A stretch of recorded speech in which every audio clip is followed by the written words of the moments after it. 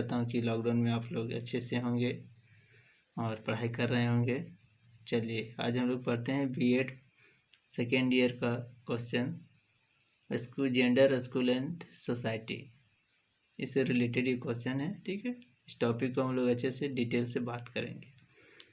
मोटा मोटा इसमें समझ लेना है ना। जाति, वर्ग, धर्म, प्रजाति, विकलांगता तथा धर्म के संबंध में निष्पक्षता तथा समानता क्या क्या है, जो सो कास्टिज्म जो है, इक्वलिटी है, ये क्या क्या हमारे एजुकेशन सिस्टम में प्रभाव डालता है, कैसे क्या है, इसके बारे में आप लोग अच्छे से समझेंगे आज। चलिए बिना समय बर्बाद किए हुए आते हैं पॉइंट पे। निष्पक्षता तथा समानता रो आपका क्या अभिप्राय है? समानता की विशेषताओं का वर्णन कीजिए। What do you mean by equality and equality? Describe the characteristics of equality. निष्पक्षता का अर्थ और क्या है? Meaning of equality. निष्पक्षता तथा समानता को प्रायः पर्यायवाची समझा जाता है, लेकिन समानता तथा भिन्न निष्पक्षता में भी अंतर है। निष्पक्षता का अभिप्राय सभी व्यक्तियों के लिए निष्पक्ष होने की प्रक्रिया है, चाहे वह व्यक्ति किसी भी प्रकार का वर्ग, किसी भी जाति, धर्म, वर्ग, प्रजाति तथा क्षेत्र से संबंधित हो। निष्पक्ष होने की प्रक्रिया से सभी व्यक्ति के संसाधनों तथा अवसरों तक पहुंच ही काफ़ी नहीं होता है। उनको इस समानता का लाभ उठाने के लिए साधन भी प्रदान किए जाते हैं। थोड़ा सा मैं समझाना चाहूँगा कि जितने भी दुनिया में शब्द हैं, आए हुए हैं, सभी का अपना एक विशेष महत्व होता है। जैसे आप लोग यदि वायु, यानी कि वायु का अगर हम लोग पर्यायवाची कहते हैं तो वायु का पर्यायवाची होता है गैस, पवन, हवा। तो लेकिन सभी का क्या होता है, मीनिंग अलग अलग होता है। ठीक है, गैस अगर दी है तो गैस एक पर्टिकुलर, जैसे होता है ऑक्सीजन एक गैस है, कार्बन एक गैस है, ठीक है, कार्बन डाइऑक्साइड एक गैस है ना, नाइट्रोजन एक गैस है। जबकि जो वायु होता है वो सभी जो सो मिक्सअप होता है, उसमें सभी carbon, oxygen, sulphur dioxide, nitrogen सभी उसमें मिक्स रहते हैं, तो वायु होता है। पवन जो होता है एक विशेष प्रकार की हवा होती है, जो बहती हुई हवा को हम लोग पवन कहते हैं। सब तो है हवा है। इसी प्रकार से इसमें भी निष्पक्षता और समानता में भी अंतर हम लोग समझेंगे। उम्मीद है कि आप अच्छे से समझ पा रहे होंगे। अब हम लोग इस पर ध्यान देते हैं। समानता का अर्थ तथा परिभाषाएं। Meaning and definition of equality. Professor Laski का कहना है, इसमें बहुत सारे जो होते हैं राइटर होते हैं, प्रोफेसर जो है मास्की, ये राजनीतिक शास्त्र भी है और एडुकेटर भी थे। राजनीतिक शास्त्र के महत्व संपूर्ण क्षेत्र में समानता की धारणा से कठिन कोई अन्य धारणा नहीं है। समानता जो ऐसी धारणा बताया गया है जिसका कोई और कठिन समान धारणा इसके जैसा नहीं है। जहाँ तक समानता के संबंध में अर्थों का प्रश्न है, विद्वानों में एक मत नहीं है। सभी जो देखिए, सभी का जो है सो अलग अलग अपना अपना मत देते हैं। कोई कुछ कहता है तो कोई कुछ कहता है ना। समानता के संबंध में साधारण विचार यह है कि प्रकृति ने सभी को समान पैदा किया है, इसलिए सभी व्यक्ति समान है। ठीक है, क्योंकि इस प्रकृति में जितने भी लोग पैदा हुए हैं सभी प्रकृति से हुए हैं, इसलिए सभी व्यक्ति क्या हैं, एक समान है। ठीक है, लेकिन इसमें भी क्या कहा गया है, समान है, सबके साथ एक सा व्यवहार तथा सभी की समान आय होनी चाहिए। समानता के इस अर्थ के समर्थन प्राकृतिक समानता पर बल देते हैं। उनके विचार में मनुष्य समान पैदा होते हैं तथा प्रकृति ने उन्हें समान रूप से ही रहने के लिए पैदा किया है, परंतु कुछ विद्वान इससे सहमत नहीं हैं। उनका मानना है कि देखिए, प्रकृति ने जितने हैं सभी लोगों को समान पैदा किया है। उनकी रहना, खाना, पीना, ओढ़ना, चलना, फूलना, ज्ञान सभी कुछ समान होना चाहिए, जबकि ऐसा नहीं है। हम लोग भी अपने दैनिक जीवन में देखते हैं, डेली लाइफ में, कि ऐसा बिल्कुल भी नहीं है। किसी का जो है सो सामान्य तो पैदा हो गए हैं, लेकिन किसी का शारीरिक रूप से विकलांगता है, किसी का मानसिक रूप से, तो किसी का इकोनॉमिकली विकलांगता है। तो अलग अलग तरीके से विकलांगता आती है या कमियां आती है, या हम इसको कह सकते हैं असमानता आती है। ठीक है, चलिए, तो परंतु कुछ विद्वान इस तथ्य से सहमत नहीं है। प्राचीन विचारक तो मास समता की बातों को भी संशय की दृष्टि से देखते हैं, यानी समता की दृष्टि जो शब्द है उसको भी जो संशय की दृष्टि, उसमें भी संदेह लगता है कि ये भी सही शब्द है या नहीं है। ठीक है। आधुनिक युग के विचारक भी समानता के इस विचार से सहमत नहीं है कि वे प्राकृतिक से सबको समान पैदा किया है। टी देखिए de Tocqueville, Lord Acton, Julian Huxley, professor कोइंग आदि विद्वान समानता की अपेक्षा स्वतंत्र पर बल देते हैं। देखिए कुछ विद्वानों का यहाँ नाम दिया हुआ है, इसको याद कर लेना है। De Tocqueville, Lord Acton, Julian Huxley, professor कोइंग। ठीक है। जूलियन हक्सले का कहना है कि हमारा आदर्श यह होना चाहिए कि स्वतंत्रता तो बनी रहे परंतु समानता कभी नहीं। इनका कहना है कि स्वतंत्रता बनी रहना चाहिए, सभी को जैसे फ्री रहना चाहिए, लेकिन समानता कभी बनना नहीं चाहिए। उपरोक्त सभी विचारक इस तथ्य से विश्वास करते हैं कि प्रकृति ने सबको समान पैदा नहीं किया है। यदि व्यवहारिक पक्ष देखें तो हमें यह भी पता चलता है कि इतिहास के किसी भी युग में किसी भी देश में इस प्रकार की समानता न कभी स्थापित हुई है, न ही कभी स्थापित हो सकती है अथवा होगी। उनका मानना है कि देखिए हम लोग भी जानते हैं कि चाहे महाभारत देख ले, रामायण देख ले, या मुगल काल देख ले, अंग्रेजी काल देख ले, अभी जो वर्तमान में इसको देख ले, सभी में देखें तो कहीं ना कहीं जैसे समानता है ही नहीं। ठीक है, सब में क्या है, असमानता है। ठीक है, और ये कभी ना स्थापित हो सका है, ना ही कभी होगा। ऐसा देखा भी गया और ऐसा सही भी है, सत्य भी यही है।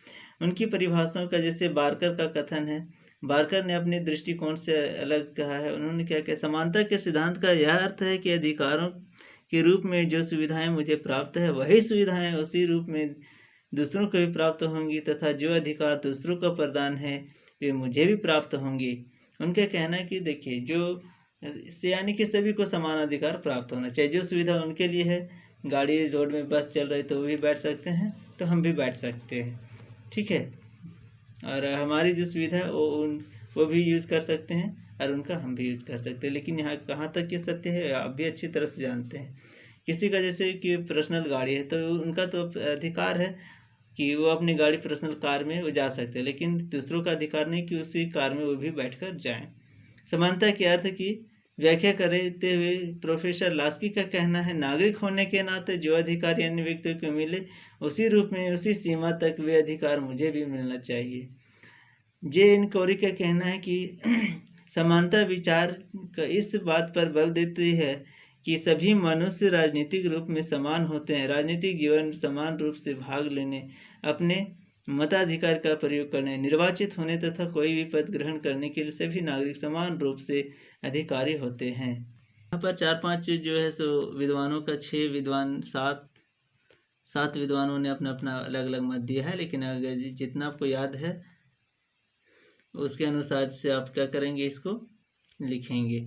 टॉनी के अनुसार क्या सबके लिए व्यवस्था की समानता विभिन्न आवश्यकताओं को एक ही प्रकार से संबंधित करके अथवा समझकर प्राप्त नहीं किया जा सकता, वरन आवश्यकताओं के अनुरूप विभिन्न प्रकार से उन्हें पूरा करने के लिए एक समान ध्यान देकर प्राप्त की जा सकती है।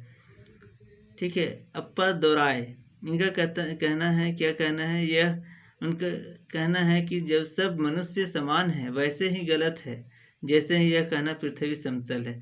यानी कि सब जो भी कहे हैं ये बड़ा ही सटीक है, ये बड़ा ही इम्पोर्टेंट है, शॉर्टकट भी है कि यह कहना गलत है कि सभी मनुष्य समान है। जैसे कि कोई भी कह सकता है कि पृथ्वी समतल है। ठीक है, पृथ्वी में कहीं पहाड़ है, कहीं नदियाँ हैं, कहीं खाई है, कहीं घाटी है, कहीं समुद्र है, सभी जगह तो समतल है नहीं।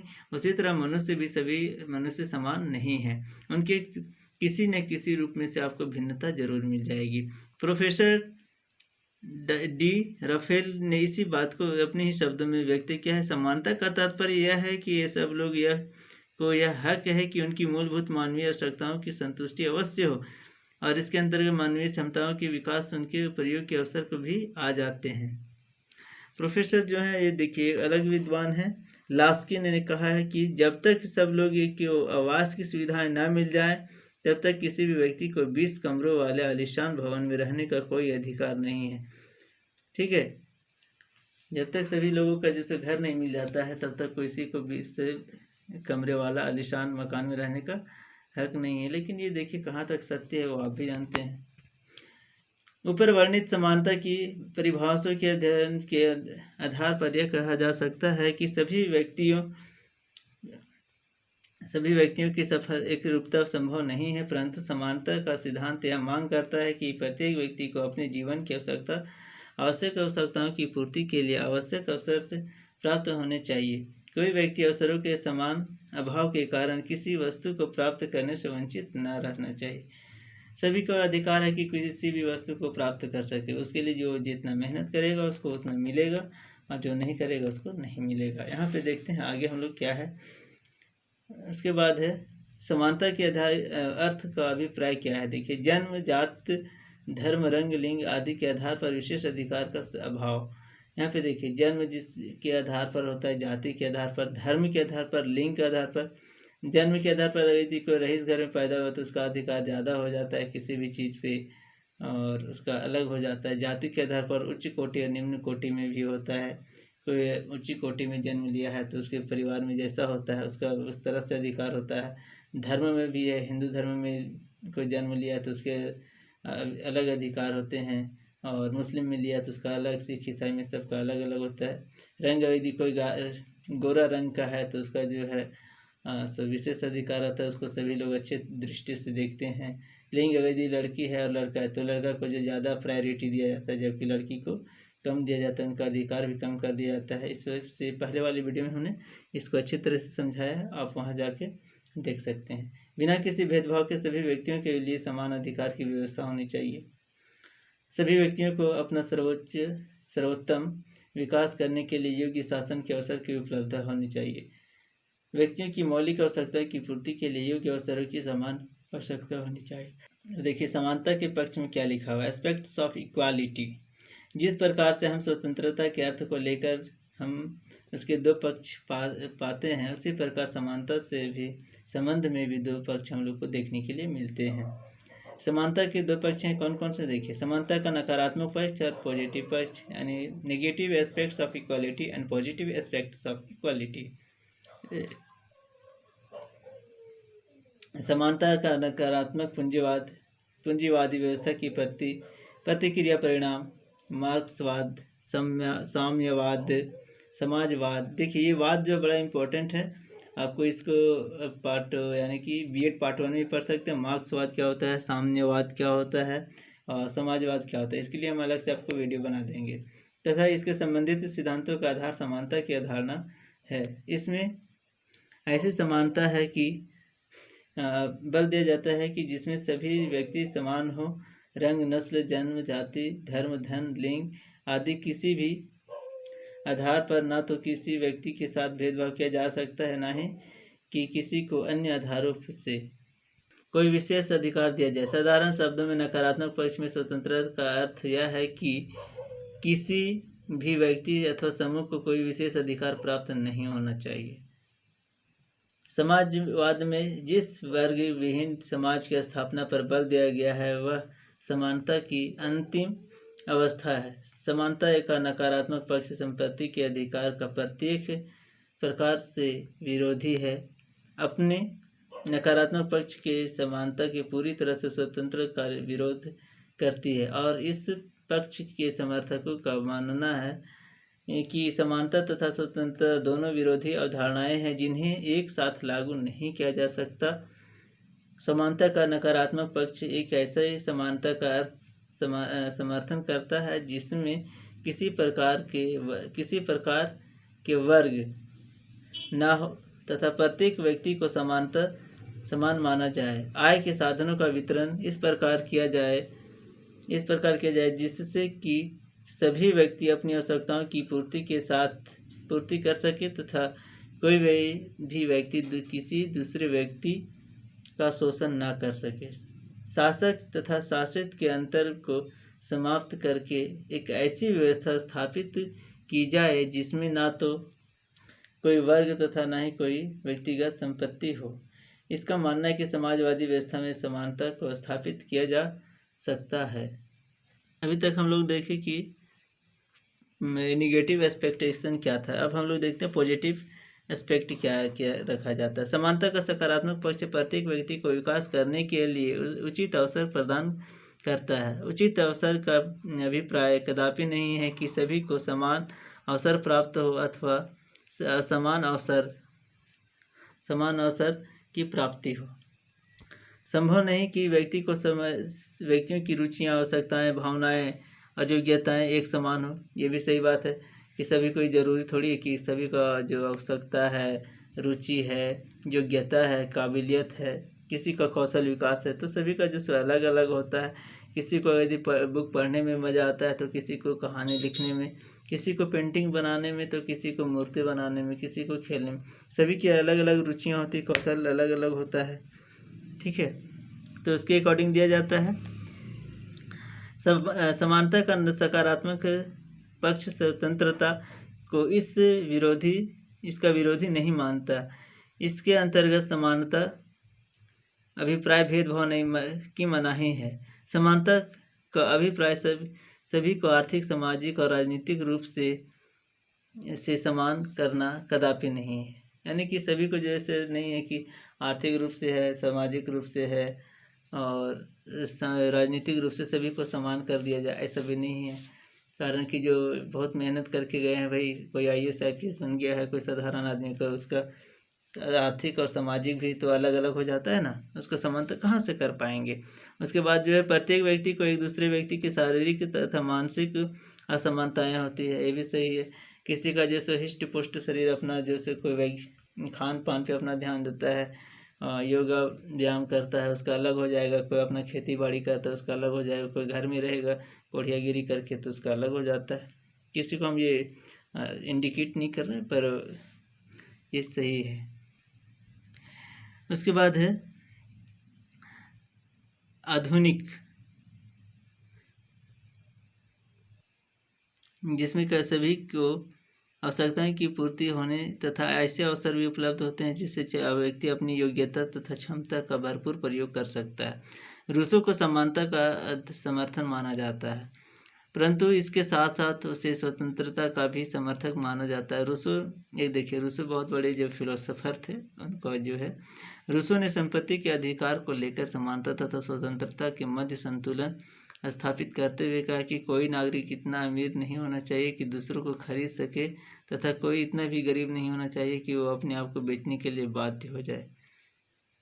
इसमें अब अगला बिंदु जो है समानता की विशेषताएं। अब हम लोग देखे थे सकारात्मक और नकारात्मक एक्सपेक्टेशन जो था समानता का। समानता की विशेषताएं क्या क्या होती है उस पर हम लोग फोकस करेंगे। समानता को सैद्धांतिक तथा व्यवहारिक पक्षों के आधार पर इसकी निम्न विशेषताओं पर वर्णन किया जा सकता है। ये इसके अर्थ, स्वरूप तथा अवधारणों को स्पष्ट करती है जिनसे इन्हें लागू किया जा सकता है और तथा समझा जा सकता है।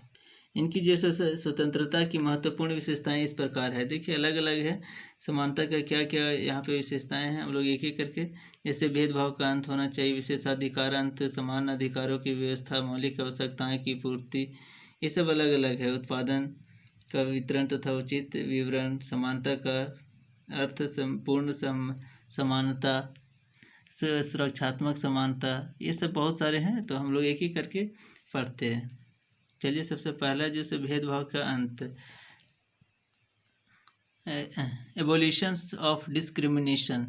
समानता का सीधा तथा साधारण अर्थ कोई भेदभाव का अंत माना जाता है। ठीक है, जब व्यक्ति में उनकी जाति, धर्म, संप्रदाय तथा लिंग के आधार पर कोई भेदभाव नहीं किया जाता है तो इसे समानता का नाम दिया जाता है। समानता के इसी भेदभाव के से अमानवीय दास प्रथा का अंत किया गया। इसके अंतर्गत माना जाता है कि व्यक्ति के समान पैदा हुए हैं। इसमें देखा गया है कि देखिए कोई आदमी गोरा हो, काला हो, छोटा जाति में पैदा हुआ, ऊंचा जाति में पैदा हुआ हो, तो उसे हम लोग क्या कहते हैं, समाज में पहले ये बहुत चलता था कि निम्न जाति के, जैसे कोई चमार भुइयाँ हो गया तो उसे ऊंची जाति में जो है उसे नहीं देखा जाता था। उसे उसके साथ बात करना उसी तरह से, यानी कि बहुत गलत व्यवहार किया जाता था। उसके साथ जैसे गंदगियों साफ़ करवाना, खेती बाड़ी में काम करवाना, इज्जत से न बात करना। उससे जब कोई बड़ा व्यक्ति जा रहा था, जैसे कि कोई समाज से ब्राह्मण जाति हो गए, तो उन्हें गाली गुप्ता करते हुए जाते थे और उसे हे दृष्टि से देखा जाता था। ये बहुत भेदभाव होता था।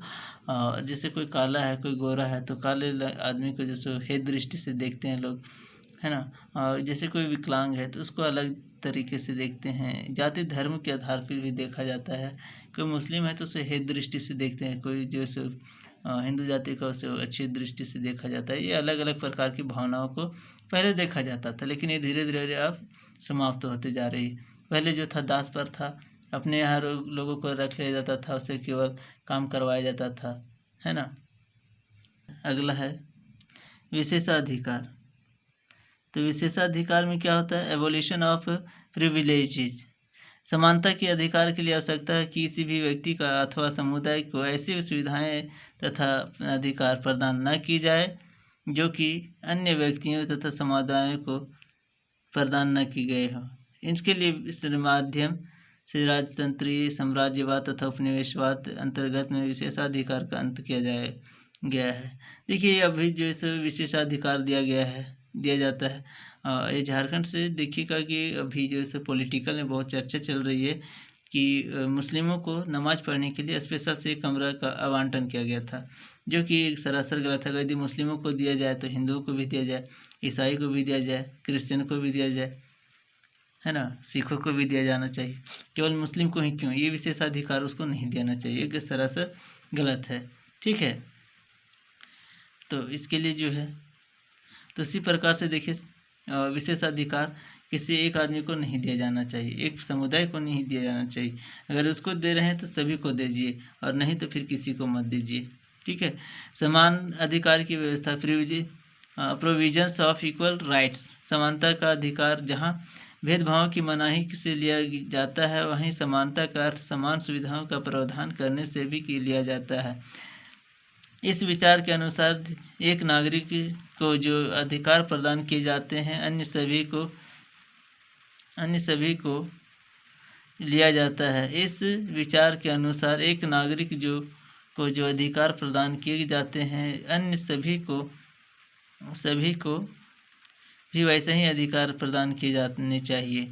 समानता का सिद्धांत यह मांग करता है कि किसी भी आधार के लिए समान अधिकारों की व्यवस्था समान की महत्वपूर्ण विशेषता है।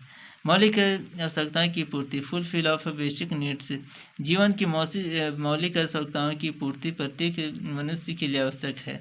इस मूलभूत आवश्यकताओं के लिए रोटी, कपड़ा और मकान की पूर्ति और मानवीय विकास के लिए मूल आधार है। व्यक्ति अपने विकास के लिए उसी अवस्था में कार्य करता है। जैसे कि देखिए हमेशा जो सो मौलिक अधिकार की बात होती है तो कम से कम इतना अधिकार होना चाहिए कि कोई भी आदमी भूखों ना मरे। उसके लिए रोटी होना चाहिए, कपड़ा होना चाहिए और एक रहने के लिए छत होनी चाहिए। हमारे देश में इसके लिए बहुत प्रधानमंत्री और राज्य सरकारें अपने अपने स्तर से काम कर रही हैं। ठीक है, कि मौलिक अधिकार क्या होता है और अपने जीवन की जो सो अपने दीन दशा को सुधार सकता है, राज्य में व्यवस्था में कार्य कर सकता है। जब उसकी मौलिक आवश्यकताएं पूरी हो जाए, जिस समाज में सभी लोगों की मूलभूत आवश्यकताएं पूरी नहीं होती, उस समाज की समानता का अधिकार असंभव नहीं है। लास्की कहना है कि मुझे केक खाने का कोई अधिकार नहीं है यदि मेरे इस अधिकार के कारण मेरा पड़ोसी रोटी के बगैर भूखा रहता है। डॉक्टर डी राफेल के अनुसार समानता के अधिकार का उचित भाव सभी लोगों की मौलिक मानवीय आवश्यकताओं की पूर्ति का है। मौलिक आवश्यकताओं की पूर्ति के लिए ऐसे प्रावधान किए जाने चाहिए जो कि इस धन आवश्यक अर्जित करे जिससे कि उसकी मौलिक आवश्यकता की पूर्ति हो जाए। राज्य का भी यह उत्तरदायित्व है कि अपने नागरिकों को योग्यता तथा समानता के आधार पर काम प्रदान करना चाहिए। ये सरकार की जवाबदेही है, जिम्मेदारी है कि जो आदमी जितना योग्य है उसके अनुसार उसको वो कार्य दिया जाना चाहिए। अवसरों की समानता, इक्वलिटी ऑफ अपॉर्चुनिटी हमारे देश में है। सभी को जैसे समान अधिकार है अपने अपने अपॉर्चुनिटी को लेने के लिए। इसीलिए तो कॉम्पिटिटिव एग्जाम होते हैं कि इसमें कोई भेदभाव नहीं होता, इसमें समानता का पूरा अधिकार होता है। ठीक है। समानता के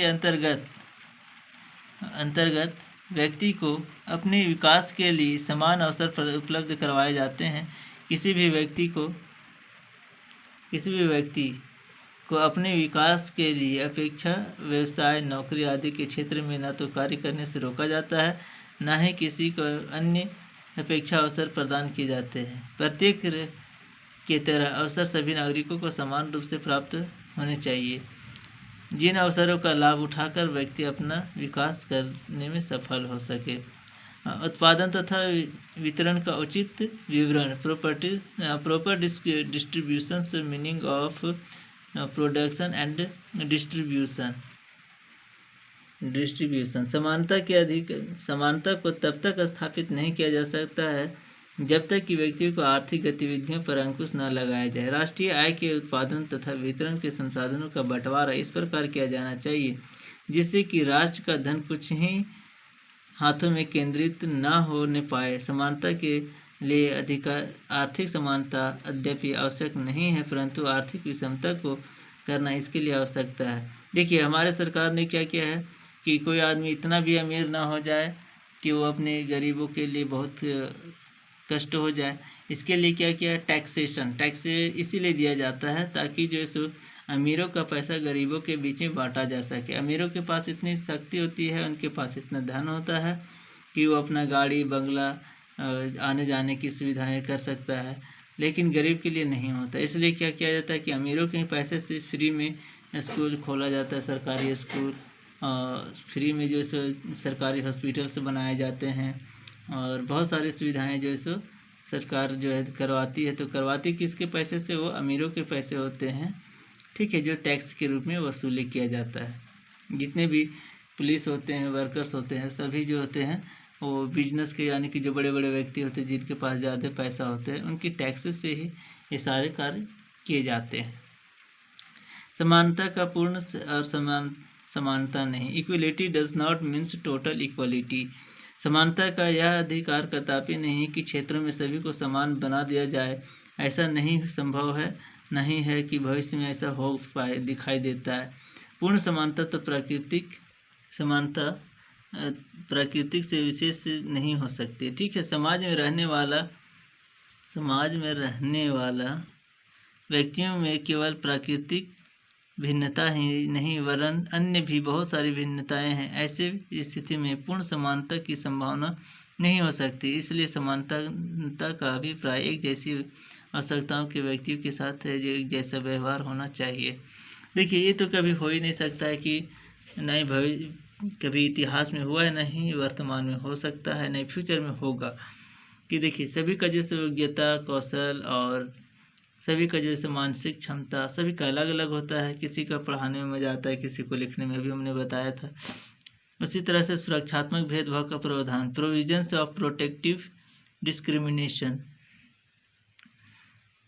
समानता से अभिप्राय भेदभाव की मनाही से लिया जाता है, परंतु समानता की इसी भेदभाव में समानता को स्थापित करने के उद्देश्य से भेदभाव को मान्यता प्रदान की गई है। लेकिन यह भेदभाव इससे किया जाता है कि स्वतंत्रता का दुरुपयोग रोका जा सके, उसका दुरुपयोग समानता को नष्ट न कर सके, किया जा सके। स्वतंत्रता का दुरुपयोग रोका जा सके, परंतु दुरुपयोग समानता को नष्ट न कर सके। ठीक है, समानता तो जरूरी है, लेकिन समानता जो है वो सुरक्षा भी होनी चाहिए उसकी समानता की। ऐसा नहीं कि किसी को आज़ादी दे दे तो किसी का जो सो नुकसान कर दे, घाटा कर दे, किसी को लड़ाई झगड़ा कर ले, तो ऐसा नहीं होना चाहिए। समानता का जो है सो उसका दुरुपयोग ना करें, उसको नष्ट ना करें। इसके लिए उसके सुरक्षा करना जरूरी, प्रोटेक्टिव करना जरूरी है। विकास करने के लिए अन्य नागरिकों की अपेक्षा अधिक अवसर प्रदान किए जाते हैं। पश्चात देशों में यह सुरक्षात्मक भेदभाव आर्थिक आधार पर तथा भारत में यह भी भेदभाव जाति के आधार पर किया जाता है।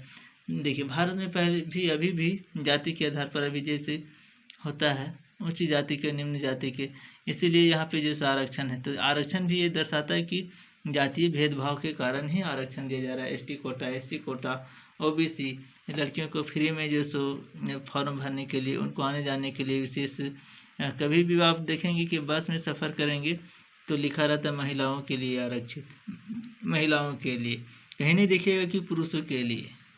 ठीक है, तो यहाँ पे भी देखा जाए तो डिस्क्रिमिनेशन है ना।